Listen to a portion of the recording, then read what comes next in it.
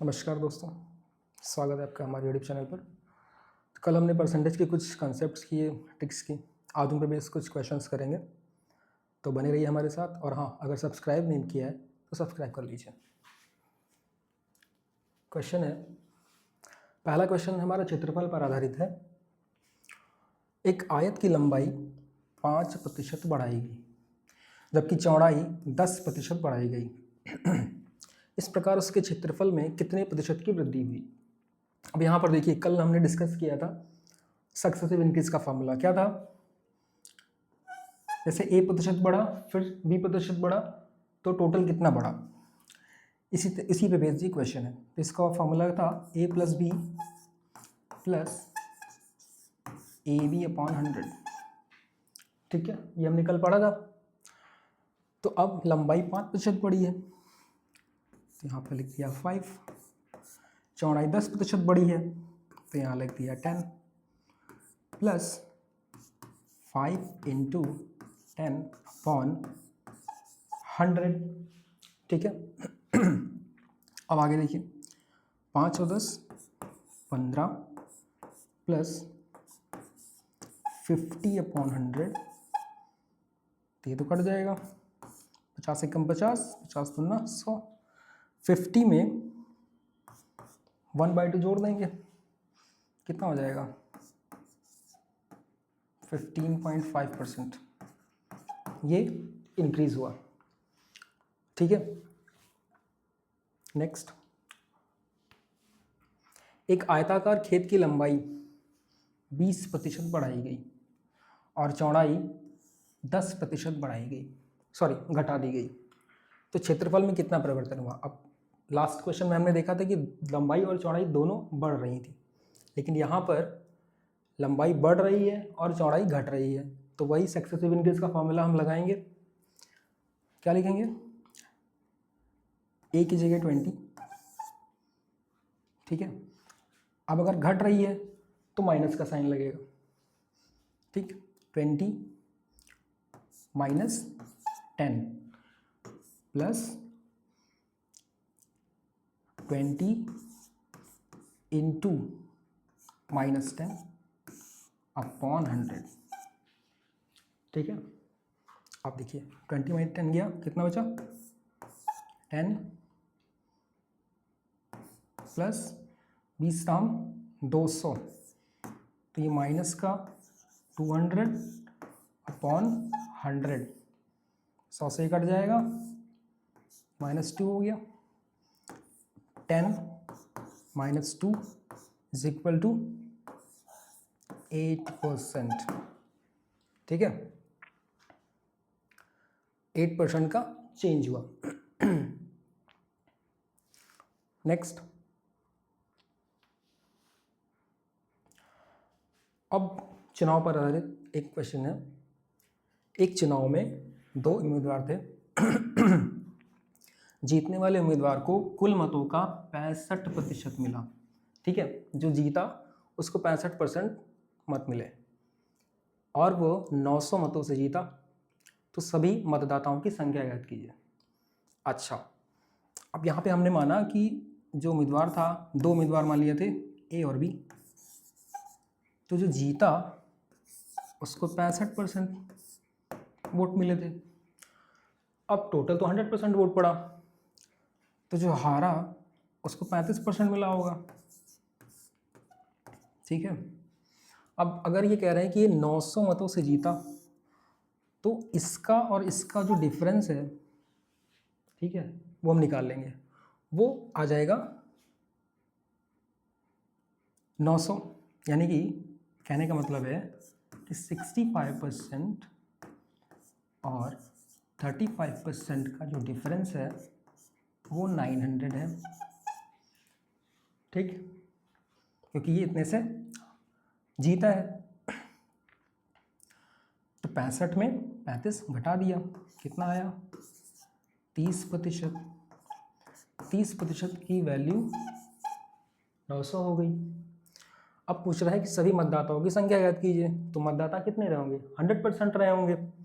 ठीक है, तो 30% बराबर 900 का, तो 1/900 बटे 30, इसलिए 100%। यहाँ पर 100 कर देंगे, ठीक है, 3 से काट दिया, यहाँ पे आया 3000। इतने मतदाता थे। चलिए नेक्स्ट, ये भी चुनाव से रिलेटेड है। किसी चुनाव में ए और बी 2 प्रत्याशी थे। ए ने कुल मतों का 45% प्राप्त किया, परंतु 1000 मतों से चुनाव हार गया। कुल मतदाताओं की संख्या ज्ञात कीजिए। यहाँ पर भी मतदाताओं की संख्या पूछ रहा है। अच्छा, तो ए था और बी था। क्वेश्चंस को पहले हमें लिख लेना है सही से, तभी हम लगा पाएंगे। ए ने कुल मतों का 45% प्राप्त किया। अच्छा, तो जो दूसरा वाला रहा होगा उसको जाहिर सी बात है उसको 100 में 45 घटा दोगे तो 55% उसको मिला होगा, ठीक है, तो इसको 55% मिला होगा। ये कह रहा है कि परंतु 1000 मतों से वो चुनाव हार गया, यानी कि इनकी बीच का जो डिफरेंस है वो 1000 है, ठीक है। तो अब 55% माइनस 45% इज इक्वल टू 1000। 10% 1000 आ गया, ठीक है। तो 100% क्या होगा, चाहो तो डायरेक्ट निकाल लो, चाहो तो ऐसे करके निकाल लो, ठीक। 1 0 ये कट गया, 10,000 मतदाताओं की संख्या 10,000 आ जाएगी। नेक्स्ट, किसी संख्या का 4/5 भाग उसके 65% से 60 अधिक है, ठीक है। माना कि संख्या x है कोई। अब x का 4/5 कितना होगा, x इंटू 4/5 ये हो गया, ठीक है। अभी कह रहा है कि उसी संख्या का 65%, यानी कि x का 65% कितना होगा, x इंटू 65/100। तो ये कह रहा है इस संख्या का 4/5 भाग उसके 65% से 60 अधिक है, यानी कि इसका और इसके बीच का जो डिफरेंस है, जो अंतर है, वो 60 है। यहाँ पे हमने ऐसे लिख दिया, ठीक है। अब ये कितना हुआ, 4x/5 माइनस, इसको हमने काटा, 5 से काट देते हैं, 5 13 65 और ये 20 minus 13x/20 is equal to 60। अब कैसे घटाएं, तो एलसीएम ले लेंगे, ठीक है। यहाँ 5 है, यहाँ 20 है, तो एलसीएम लिया, तो इसको 20 कर दें तो घट जाएगा, ठीक है। तो इसको हमने 4/4 से मल्टीप्लाई कर दिया, तो कितना हुआ, 16x minus 13x/20 is equal to 60। 3x/20 is equal to 60। तो x की वैल्यू क्या आएगी, 60 इंटू 20/3,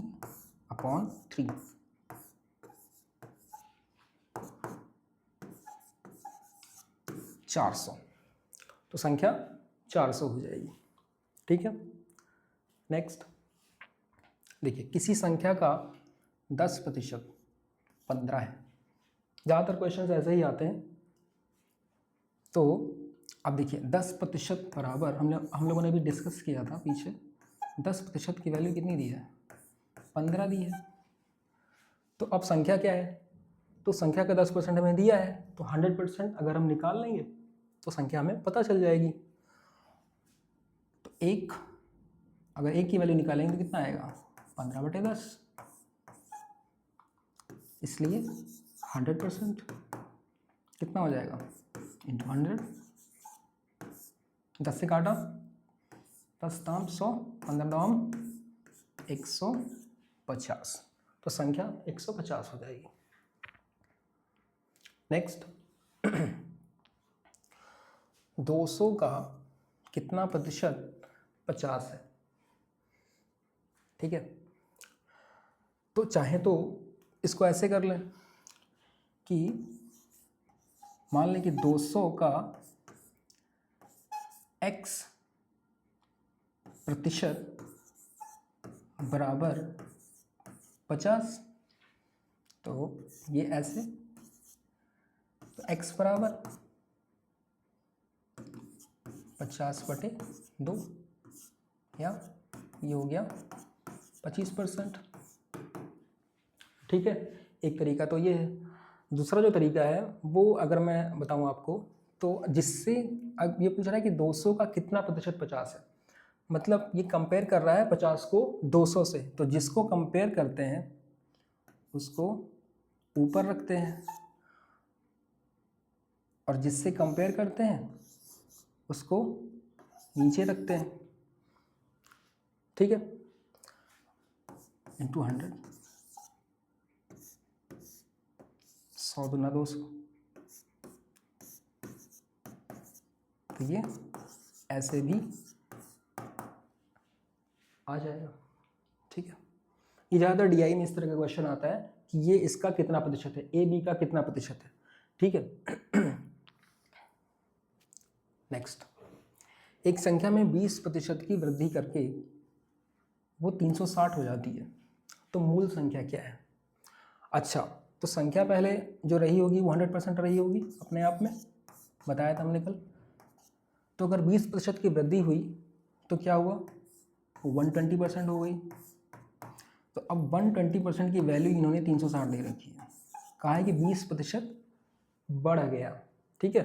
तो पहले 100% था, अब ये 120% हो गई, तो 120% की वैल्यू इन्होंने 360 दे दी।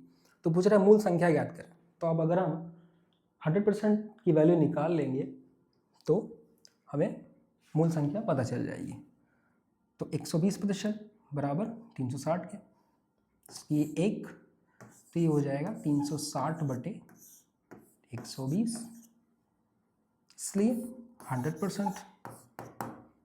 यहाँ पर हमने 100 कर दिया, 1 0 ये इससे कटा, ठीक है। तो ये संख्या हो जाएगी 300। नेक्स्ट, एक वस्तु का मूल्य 25% बढ़ा दिया गया। यदि पुराना मूल्य 400 था तो नया मूल्य क्या होगा। तो अब ये कह रहा है पुराना मूल्य 400 था, मतलब जो वैल्यू 400 थी पहले वो 100% थी, 100% की वैल्यू क्या थी 400। तो कह रहे हैं 25% बढ़ा दिया गया, तो नया मूल्य क्या होगा। अगर 25% बढ़ेगा तो ये 125% हो जाएगा नया मूल्य, तो 1 पर निकालेंगे, ये हो जाएगा 400/100, तो 125%, तो ये हो जाएगा, ये ऊपर चला जाएगा, ठीक है। 100 से ये कट जाएगा, 4 4 पंचे 20, 4 दूनी 8 तो 10, 4 एकम 4 और 1 5, तो 500 आ जाएगा इसका आंसर, ठीक है। नेक्स्ट, एक संख्या में 10% की कमी और फिर 10% की वृद्धि होती है, तो शुद्ध परिवर्तन क्या होगा। कल हमने डिस्कस किया था कि अगर जितना बढ़ रहा है अगर उतना ही घटे तो हमेशा उस केस में कमी ही होती है। तो उसका फॉर्मूला क्या बताया था हमने आपको कि मान लीजिए x% बढ़ रहा है और x% ही घट रहा है, तो उसका फॉर्मूला होगा x² / 100, ठीक है। और ये परसेंट में ऐसे लिखा जाएगा और ये कमी ही होगा, यानी कि अब यहाँ पे 10% दिया है, 10% बढ़ा और फिर 10% पहले 10% घटा और फिर 10% बढ़ गया है, यानी कि अब ये 10 का स्क्वायर हो जाएगा अपॉन 100 कर दिया, क्या आएगा ये 100 हो गया, ये 100 हो गया, यानी कि 1% की यहाँ पर कमी होगी। ठीक है, नेक्स्ट, किसी वस्तु का मूल्य 800 से बढ़कर 920 हो गया तो प्रतिशत वृद्धि क्या है। ठीक है, ज़्यादातर क्वेश्चंस डीआई में इस तरह के आते हैं तो आपको आसानी रहेगी। तो 800 से 920 हुआ तो इसका डिफरेंस निकाल लिया, कितना हुआ, डिफरेंस आया 120, 920 में 800 घटा दिए तो 120 आया। ठीक है, जो वैल्यू चेंज हुई वो 120 थी, कितने पर, प्रारंभिक वैल्यू कितनी थी, प्रारंभिक मान का 800 इंटू 100 कर दिया। ठीक है, 2 जीरो ये कट गया, 8 से काटा, 8 एकम 8, 4, 8 पंचे 40। ठीक है, तो 15% की वृद्धि हुई। इन दोनों का डिफरेंस लेकर के उसके बाद जो पुराना मान था हम उस पर रख देंगे।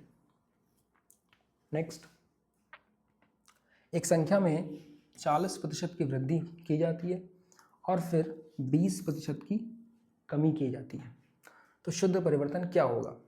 अब सक्सेसिव इंक्रीज का फॉर्मूला मैंने आपको बताया था, a प्लस बी का a plus B plus A B upon 100। तो पहले क्या है, वृद्धि हो रही है यानी कि 40, फिर 20% की कमी हो रही है यानी कि -20 प्लस 40 इंटू -20 अपॉन 100। ठीक है, ये फॉर्मूला इस पे है, a plus B plus A B upon 100। यहाँ पर करना ये है कि जहाँ पर माइनस होगा, जहाँ पर कमी होगी वहाँ माइनस लगा देंगे। ठीक है, तो ये क्या हो जाएगा, 40 में 20 का कितना बचा, 20 प्लस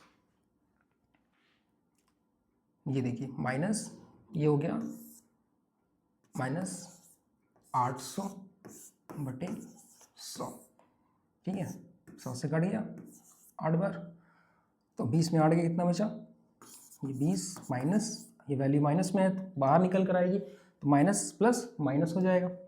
ठीक है, 20 में 8 गया 12। ठीक है,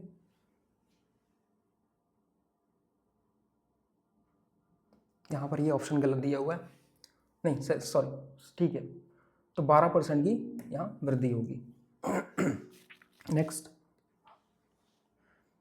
किसी संख्या को पहले 25% घटाया जाए, पहले 25% घटाया और फिर 20% बढ़ाया जाए तो शुद्ध परिवर्तन क्या होगा। फिर वही फॉर्मूला लगाएंगे, तो पहले इन्होंने घटा दिया यानी कि -25,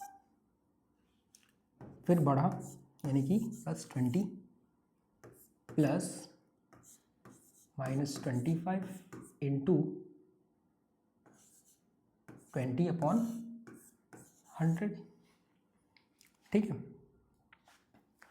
ये कितना हुआ, ये हो गया -5 प्लस ये हो गया -500 अपॉन 100।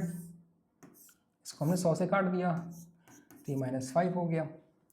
अब -5 ये प्लस, ये जो माइनस है जब बाहर निकल कर आएगा तो ये भी माइनस हो जाएगा, -5 क्या हो जाएगा, -10%। अब यहाँ पे साइन माइनस में है, इसका मतलब 10% की यहाँ पर कमी हो रही है। ठीक है, दूसरा सवाल, यदि a b से 25% अधिक है तो b a से कितना कम है। यहाँ पर एक चीज़ बता दूँ कि इस तरह के क्वेश्चंस में जहाँ पर ये आपको दिया हो कि ये a b से 25% अधिक है तो b a से कितना कम है, यहाँ पे एक डायरेक्ट फॉर्मूला काम करता है, r/100 + r × 100। ये सीधा सीधा फार्मूला लगा दीजिए। जब भी कहे कि a b से इतने प्रतिशत अधिक है तो हमें r/100 + r कर देना है। अगर ये कहे कि a b से इतने प्रतिशत कम है तो r/100 - r हो जाएगा। ठीक है, अब इस फॉर्मूले में हमने रख दिया। r क्या है यहाँ पे, आर ए परसेंटेज जो भी है यहाँ पे, ये है 25 अपॉन 100 प्लस 25 इंटू 100, 25 अपॉन 125, ये 125 हो गया गुणे 100, ठीक है। 25 से कम 25, 25 पंचे 125, फिर 5 से हमने इसको काट दिया, तो ये कितना आया, ये आया 20%। तो कहने का ये है कि बी ए से 20% कम है। नेक्स्ट, एक व्यक्ति अपनी आय का 80% खर्च करता है। यदि उसकी आय 25% बढ़ जाए और खर्च वही रहे राशि में, तो नई बचत प्रतिशत क्या होगी। तो अगर हम मान लें कि भाई वो 100 रुपये कमा रहा है, ठीक है, अगर वो 100 रुपये कमा रहा है और 100 का 80% वो खर्चा कर देता है, ठीक, तो 20 रुपये उसकी बचत है, ठीक है। अब कह रहे हैं कि 25% अगर उसकी आय बढ़ जाए, आय कितनी थी पहले, पहले आय थी 100 रुपये, अब अगर 25% बढ़ेगी तो 100, पहले तो वो 100% थी एक तरह से, अब 25% बढ़ी तो इसका सीधे सीधे 125% निकाल लेंगे, ठीक है। तो आय हो गई अब 125 रुपये। अब कह रहा है कि खर्च वही रहे राशि में, तो पहले कितना खर्च हो रहा था राशि में, 80 रुपये हमने माना था, 80% था तो 80 रुपये माना था। तो अब अगर हम इसके खर्च को इसमें से घटा दें, 125 माइनस 80 कर दिया, ठीक है, अपॉन इसकी आय हमारी कितनी थी 125 मल्टीप्लाई बाय 100, कितना आया 5 और 12 में 8 गया 4, 45 बटे 125 गुणे 100, ठीक। अब 25 से काट देते हैं, 25 चौके 100, 25 पंचे 125, 5 एकम 5, 5 नवा 45, कितना आया 36, ठीक है, 36% उसकी बचत होगी। नेक्स्ट, एक अधिकारी के वेतन में 20% की वृद्धि की गई, ठीक है। इसके पहले वेतन के समतुल्य लाने में कितने प्रतिशत कम करना पड़ेगा, ये वही सवाल फिर से आ गया, ठीक है, कि पहले इनकी प्रतिशत 20% की वृद्धि हुई, ठीक है। तो अब हम फिर वही हमने आपको जो फॉर्मूला बताया था, R upon 100 plus R into 100, कि अगर हमें कितने प्रतिशत कम करना है ये निकालना हो तो हम ये फॉर्मूला लगाएंगे, ठीक है। तो 20 अपॉन 100 प्लस 20 इंटू 100, कितना हुआ 20, 20 अपॉन ये हो गया 120 इंटू 100, काट देंगे, 20 से कम 20, 20 छक्का 120, फिर 2 से देखो, 2 3 6, 50, अब 50 बटे 3 है, इसको और सिंप्लीफाई करेंगे तो कैसे लिखेंगे,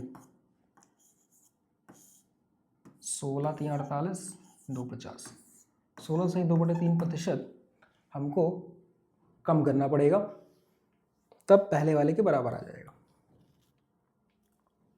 अब नेक्स्ट क्वेश्चन, यदि चाय का मूल्य 20% बढ़ जाए तो उसकी खपत में कितने प्रतिशत की कमी की जाए कि चाय पर होने वाले व्यय में कोई वृद्धि ना हो।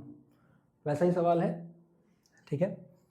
क्या लगाएंगे formula, R upon 100 plus R, क्योंकि बढ़ रहा है इसलिए R अपॉन 100 प्लस R लिखेंगे। अगर यहाँ पे लिखता घट रहा है तो हम R अपॉन 100 माइनस R लिखते, ठीक है। क्या लिखा, 20 अपॉन 100 प्लस 20 इंटू 100,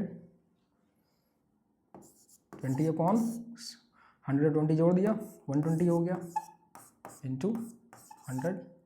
अब 20 से इसको काटेंगे, 20 छक्का 120, 2 3 6। ठीक है, इसका भी आंसर वही आ रहा है एक तरह से, 50/3 आया। अब इसको और सिंप्लीफाई करेंगे तो 16 बार ले जाएंगे इधर, 16 3 48, 2 50, कितने प्रतिशत की कमी की जाएगी। So friends, thanks for watching. कल फिर मिलते हैं न्यू क्वेश्चन के साथ में। थैंक्स।